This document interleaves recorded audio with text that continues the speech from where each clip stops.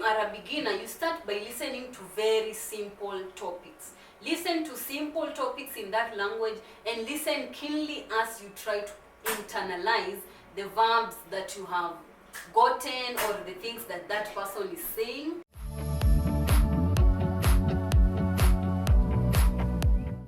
Hi everyone, welcome to Swahili Kingdom. My name is Connie. I speak 6 languages, and in this channel I give advice on learning languages according as per my perspective or my experience from what I have learned with learning languages to help people who are learning languages.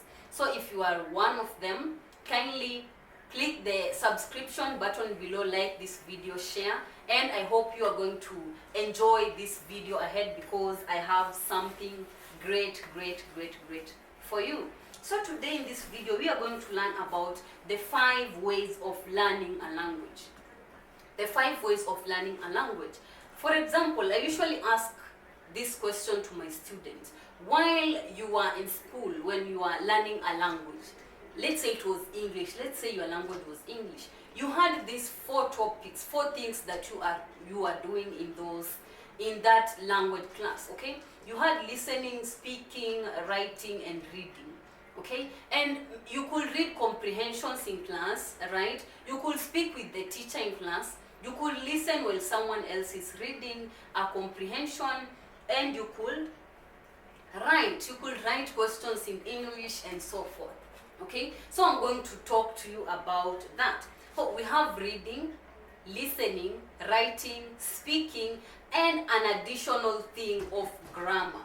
Okay, I believe that language learning is mostly about comprehensible input, as Stephen Krashen's puts it. Okay, I really believe in Stephen Krashen's method in comprehensible input, which has also helped me in learning the languages that I have learned. For instance, right now I'm advanced in Spanish and thankful to comprehensible input. Yo puedo hablar español muy bien, yo puedo hablar español con nativos y es muy interesante para mí, es una cosa maravillosa para mí porque no es algo común aprender español en la casa y puedo hablar español. Todavía no he estado en España o algún país que hablan español, pero aquí estoy hablando en español y puedo hablar español con nativos. Okay, and you too can speak the language that you want to speak with comprehensible input and with these methods that I am going to share with you today. Okay, so yeah, as I said, let me track back what I just said. So as I said, we have the 4 things in language learning and grammar. The 4 things are in comprehensible input, okay? Listening, reading, speaking, and writing. They are in comprehensible input, where we have input in reading and listening. Then you have output in writing and speaking. Okay, input is what you get in, and output is what we get out. And remember, Stephen Krashen urged us, he told us that you cannot give out something that you don't have. So you cannot give out an output if you don't have an input. So that's why it's important to always start with an input. Start with reading, start with listening. Then afterwards is where you can go on to writing, which is output, and then start speaking. Okay, when you have gotten enough input. Okay, so that's what Stephen Krashen told us, and I can see I can see it is correct, and it is actually something to think about. It is a fact. Yeah, that's the word I was looking for. It is a fact. You cannot speak something that you don't have. The way they say, you cannot give what you don't have. Okay, so you need to have something for you to get it out. So that's the logic that he puts. Yeah, so I always believe that it is important for you to have around 80 to 90% of comprehensible input, and then add a 10%, 10 to 20% of grammar. Okay, have 80 to 90% of comprehensible input and 10 to 20% of grammar. Okay, I hear some people saying it backwards, but I'm a real believer of Stephen Krashen's method. Yeah, there are some people who say do 80 to 90% of grammar and then 10 to 20% of comprehensible input.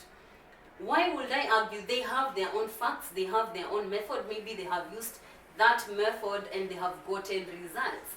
But Stephen Krashen talks about 80% comprehensible input, 20% grammar.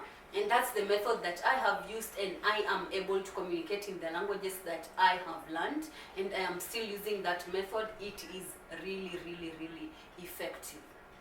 So let's continue. We are going to start with the input things and then the output. So we will start with reading. Reading is very, very, very, very important. I'm going to link a video for reading at the end of this video if you want to know how to, like, step by step how to start reading, even if you are a beginner, you don't know anything in that language. I am going to link a video at the end. Okay, but let me talk a little bit about it. So when you are starting a new language, most of the people, when I tell people that reading is a very useful method to language learning. For example, I remember there was this lady, I'm not going to mention the title. There was this lady I was talking to. She wanted to learn Spanish, okay, and she could see my Spanish was good, and she wanted to learn Spanish as well. So I mentioned to her that reading is very important, but she challenged me with a question: how can I read and I am a beginner, I don't know anything? How can I start reading? So that's where I started researching the methods that I have been using myself, because I also read as a beginner. So I started looking backwards on things that I used to do for me to be able to read. And there came this explanation.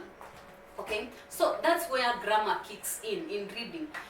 Before anything, you need to start with few topics in grammar, okay, in that language. For example, the common conjunctions that we have in that language.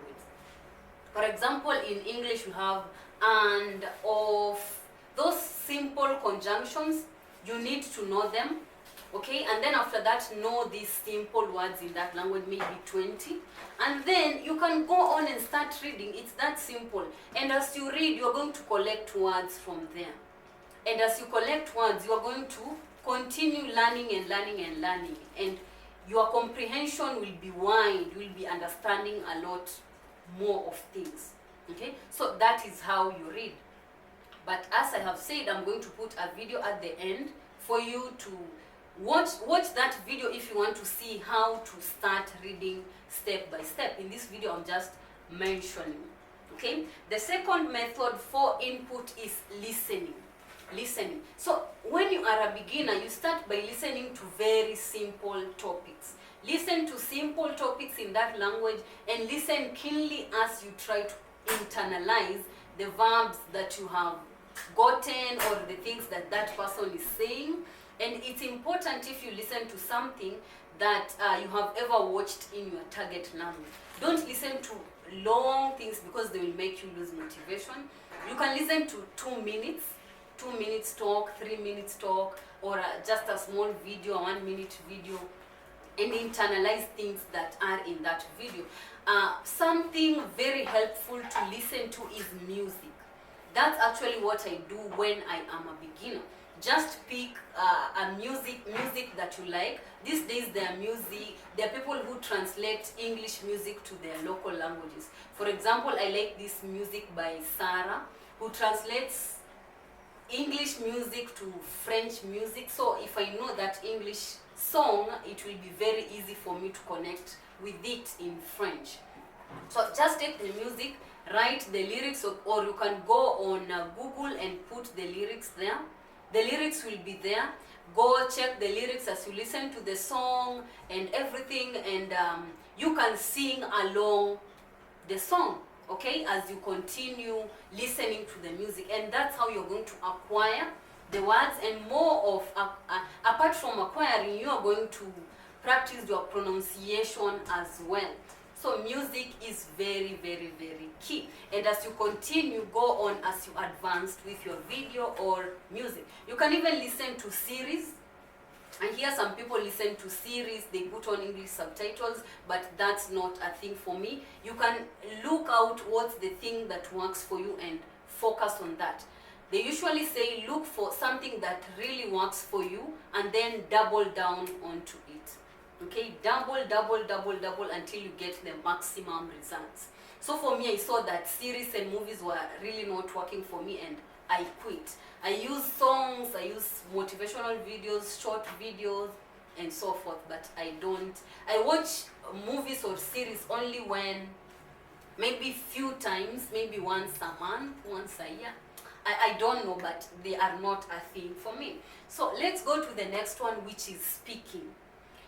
Speaking is very important. Speaking is very important because you are learning a language to speak to other people. Right? You are learning a language to speak to other people. So you need to know to speak for you to be able to communicate with other people. After reading and listening, now you can prepare yourself to speak. Okay, people usually ask me, how can I speak? The place where I live, we don't have native people in this language. For example, for me, I have never been to any Spanish country, but I can speak Spanish. I have learned on my own. I don't have natives around me. Yeah, if you have heard of my story, I don't have natives around me. I'm in Nairobi, Kenya, but I don't have natives around me. Maybe I have spoken to natives thrice. Yeah, a native, not natives, thrice. But I can speak Spanish. So how do I do it? I explained that using the video Language Islands. I use Language Islands. I will also put the Language Islands video at the end of this video for you to check. So you can either check on reading or Language Islands. Check whichever video that you like, okay? So I use Language Islands. What is a language island? A language island is a video that you make on a certain topic in that language, okay? For you to really memorize on it. Okay, for example, you can have several topics. I have the topics here. Let me show you.